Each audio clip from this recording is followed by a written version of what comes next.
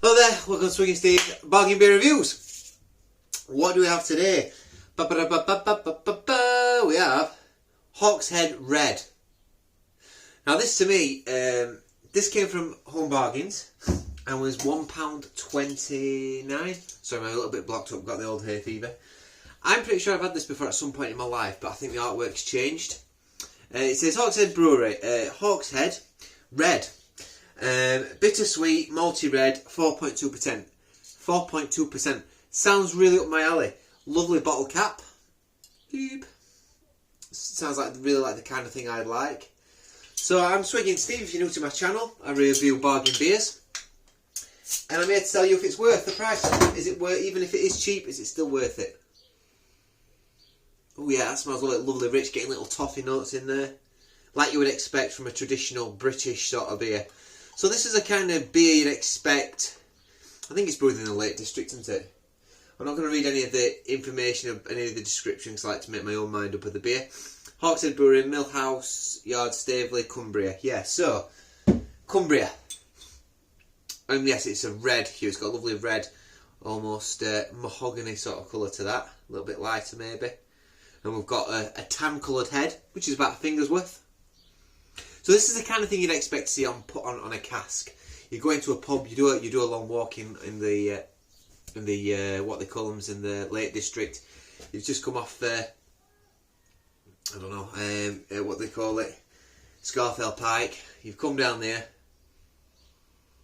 and you're in Grasmere or somewhere like that. You want a cask beer, and there's one of these on, and it's just nice and refreshing. Now, getting a little nuttiness from it. It's quite rich, got a rich sort of aroma from it. Toffee, like a bonfire sort of toffee. Breadiness, but then we are getting a light citrusiness behind that from some sort of hop. Let's dive in.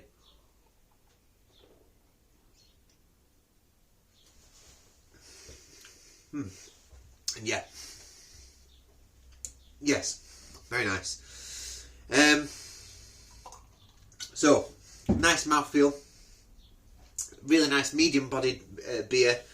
Carbonation is not too busy on this. The carbonation is really subdued. You can see the head's dissipating quite quickly, but I don't mind that. I think that's quite nice. Makes the beer less gassy.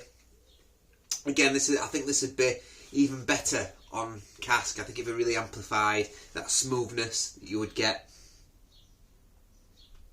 It's filtered, so there's nothing in that. So it's a filtered beer.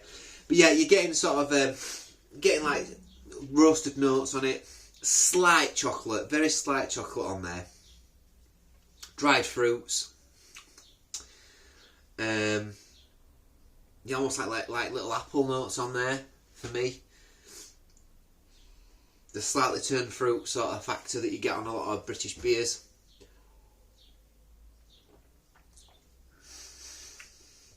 It's quite sweet. It's a little bit bitter. A balanced beer, but more towards a sort of like roasty toasty side.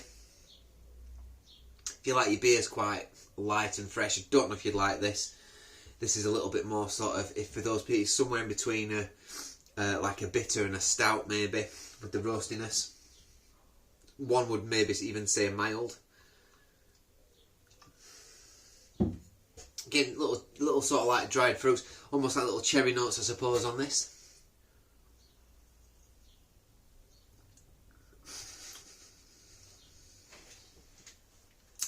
Bit of a breadiness to it.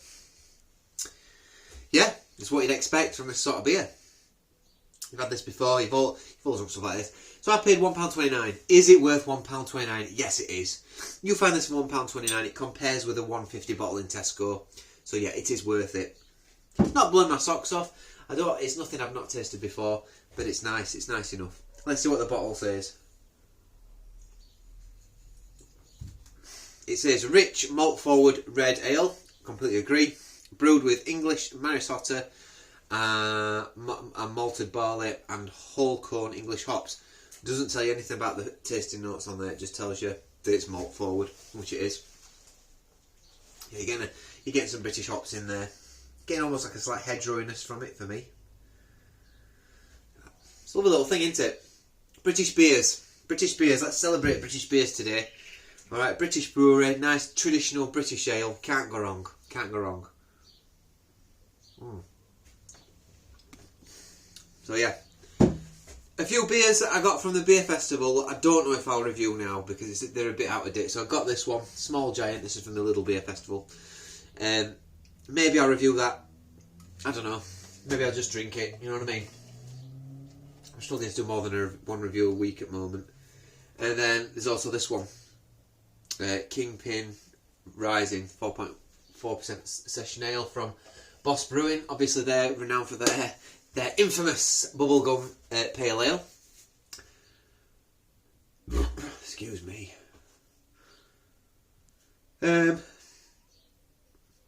What else have I got up here to review? There's some other bits and bobs. There's this one actually, but it's been out on the window ledge for quite a while now, so I'll probably just drink that. Monk of Iona, from another really good British brewery. Call them Isle of Mull. Remind me of Orkney Brewery. It's actually quite similar. I know they're both from Scotland, but they both remind me of very similar sort of beers. They both have a stout beer. They both have a nice bitter. They both have like a pale ale, that sort of thing. You know, good breweries in Scotland. Really good breweries. Some nice beer. The breweries are all over the place in UK now. The only things that aren't nice, actually, are beer breweries like some of the big ones that just take loads of shortcuts and produce really like pitiful beers, to be honest with you, in some cases.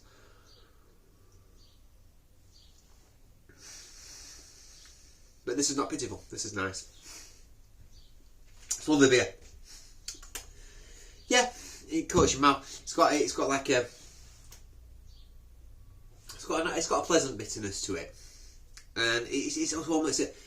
I know the colour would suggest it's very autumnal, being that colour, but actually the flavours are autumnal as well. That sort of, it's almost like you're drinking autumn. I know that sounds a really stupid thing to say, but I'm almost I'm describing the taste now, like leaves, crunching like different leaves that are dead off the ground and bark off trees and that sort of thing. All those things that you those aromas that you get when you, and chestnuts and conkers and all that sort of thing when the seasons are turning. It almost, God, I'm talking some right rubbish, aren't I? But it's almost transformed into this beer. And a lot of beers that are similar to this. I think maybe it's a toffee as well, the bonfire toffee.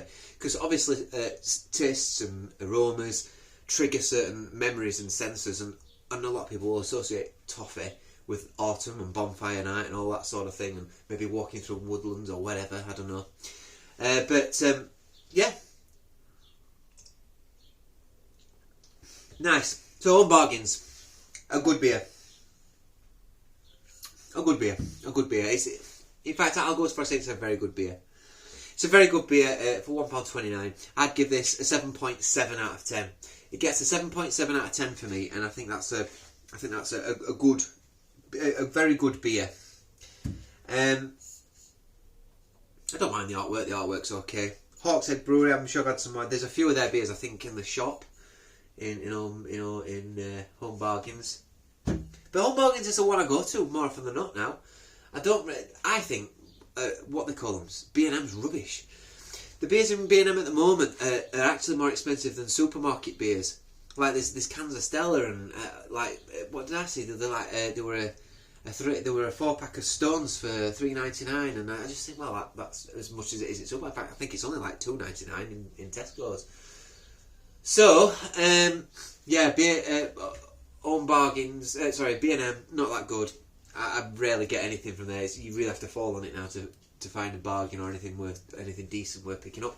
But Home Bargains is still flying the flag. That's a place for me still, and it always has been. And you always get really random beers there as well. You always get some nice surprises. And obviously Lidl's great when they have the beer festivals on. But their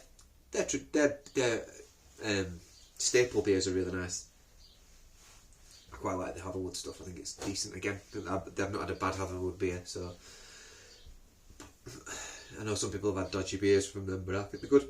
I digress. This is my beer review, so it gets a 7.6 out of 10 from me. Thanks for watching. Please subscribe if you like the content and support the channel and give us a thumbs up. That'd be fantastic. But if you don't feel like you've got to either. I've been Swiggy Steve. Have a fantastic week, and I'll see you in the next review. Bye.